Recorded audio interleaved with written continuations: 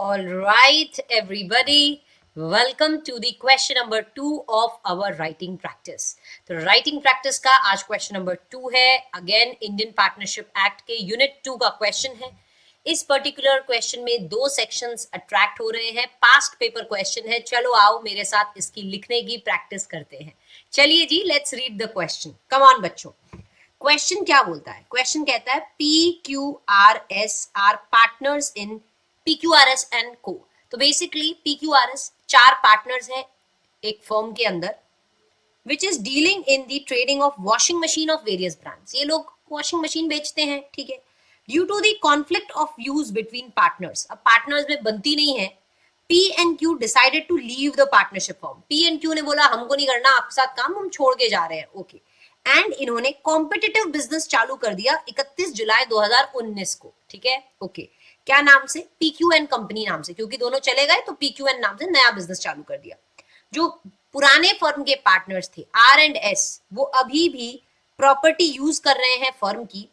PQRS and company, जो इन्होंने इनकी पार्टनरशिप पुरानी फर्म थी, उसमें जो बचे हुए दो पार्टनर्स हैं वो फर्म की प्रॉपर्टी यूज करके बिजनेस को किए जा रहे हैं, जिसमें PQ का भी शेयर है. ऑफ कोर्स PQRS में PQ का भी तो शेयर है, लेकिन PQ तो चले गए, लेकिन R और S फर्म की प्रॉपर्टी को यूज करके काम को किए जा रहे हैं, जिसमें P और Q का भी शेयर है. ओके.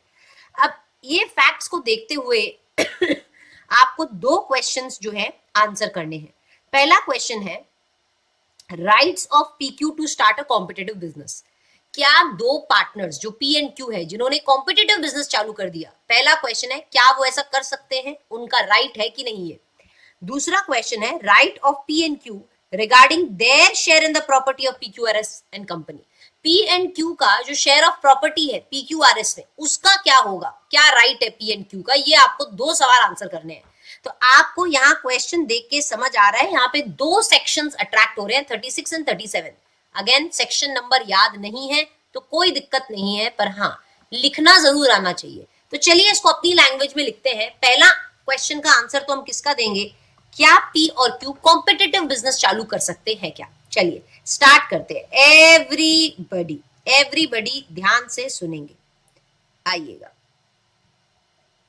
ओके एवरीवन, चलो जी स्टार्ट करते बेटा. Answer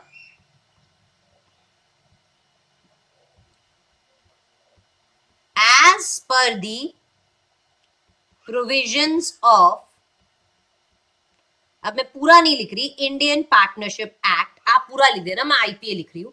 as per the provisions of Indian partnership act and outgoing partner, जो छोड़कर जाने वाला, हमारे केस में P&Q, an outgoing partner may carry on business of competitive nature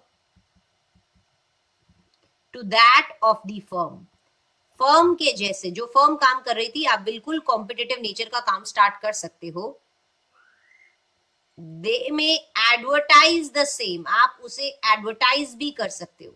दे में advertise the same but they में नॉट, क्या नहीं कर सकते, दे में not use the firms name. आप फर्म का नाम कतई यूज नहीं कर सकते. कॉम्पिटिटिव नेचर का धंधा चालू कर सकते हो, एडवर्टाइजमेंट कर सकते हो, आप फर्म का नाम यूज नहीं कर सकते हैं. You may not represent themselves as carrying on the business of the firm. आप रिप्रेजेंट नहीं कर सकते कि आप फर्म का बिजनेस कर रहे हैं.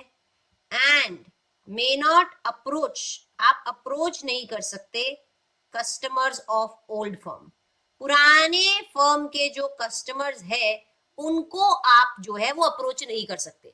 ना ही आप फर्म का नाम यूज कर सकते, ना ही खुद को रिप्रेजेंट कर सकते कि जैसे कि आप पुराने फर्म का काम कर रहे हो, और उनके कस्टमर्स को आप नहीं अप्रोच कर सकते. तो ये चीजें आप नहीं कर सकते. अब आप यहाँ पे क्या कर सकते हो बेटा, ये तो मैंने लिख दिया provision.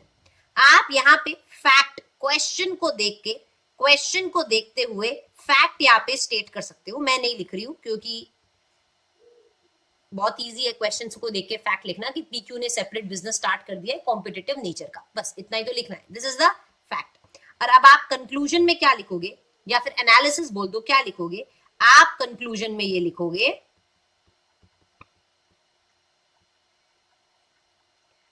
P and Q may start business of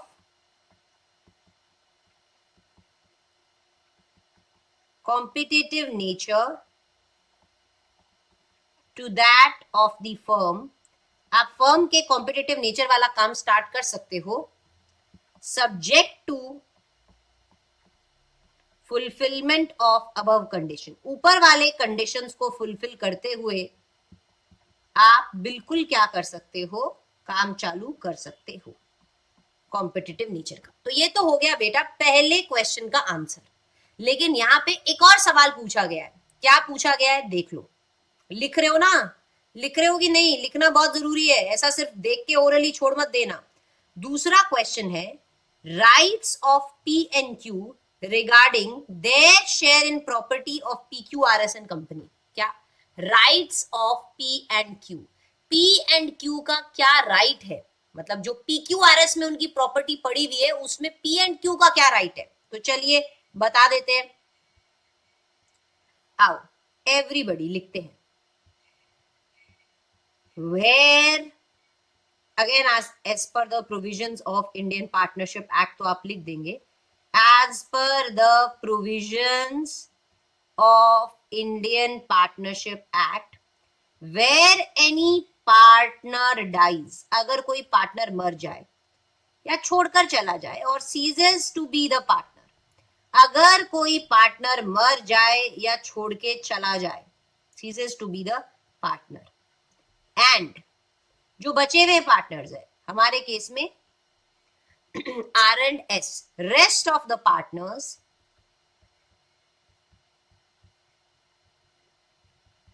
carries on the business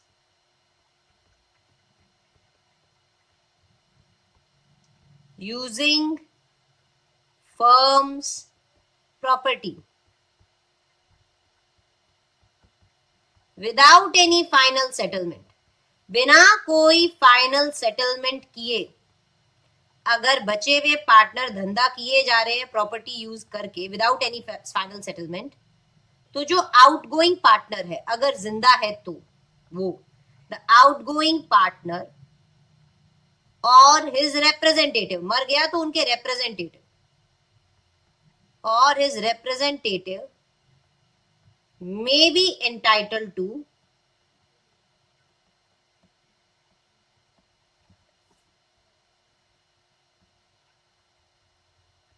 either to receive, क्या मिलेगा आपको, शेयर मिलेगा, to receive share of profit made after he ceases to be the partner. आपका जो भी शेयर था फर्म में, आपके जाने के बाद फर्म ने जितना भी प्रॉफिट कमाया है उसको, उसमें आपको अपना हिस्सा मिलेगा, या फिर आपको क्या मिलेगा, आप चूज कर सकते हो, either they may be entitled to either choose this or interest at the rate of 6% per annum on the amount of his share in the property।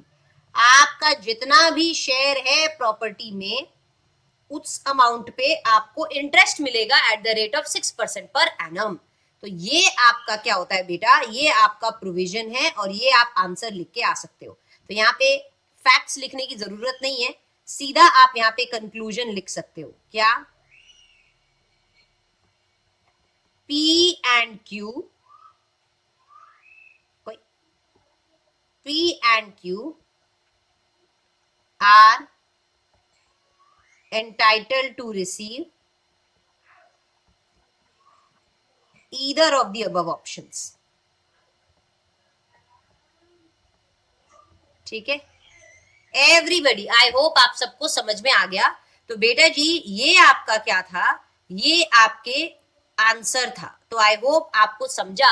अब आपको ना सिर्फ देखना ही नहीं है, मुझे लिखते हुए नहीं देखना है आपको, आपको अपने आप प्रैक्टिस करनी है. जैसे मैंने आपको क्वेश्चन दिखाया, आपने अपने आप लिखा, फिर आप अपने आंसर को मेरे आंसर के साथ मैच कर सकते हो and you can try to improve your answer. आप अपने आंसर को इम्प्रूव कर सकते हो. It will be really helpful. Again मैं बोल रही हूँ, मैं रोज एक आंसर लिखूंगी, प्रोवाइडेड आप लिखोगे कि नहीं मेरे को नहीं पता, but if you write it will be super duper helpful for you guys. चलिए आज का सेशन यहीं पे समाप्त करते हैं. Till then see you, good day, bye bye.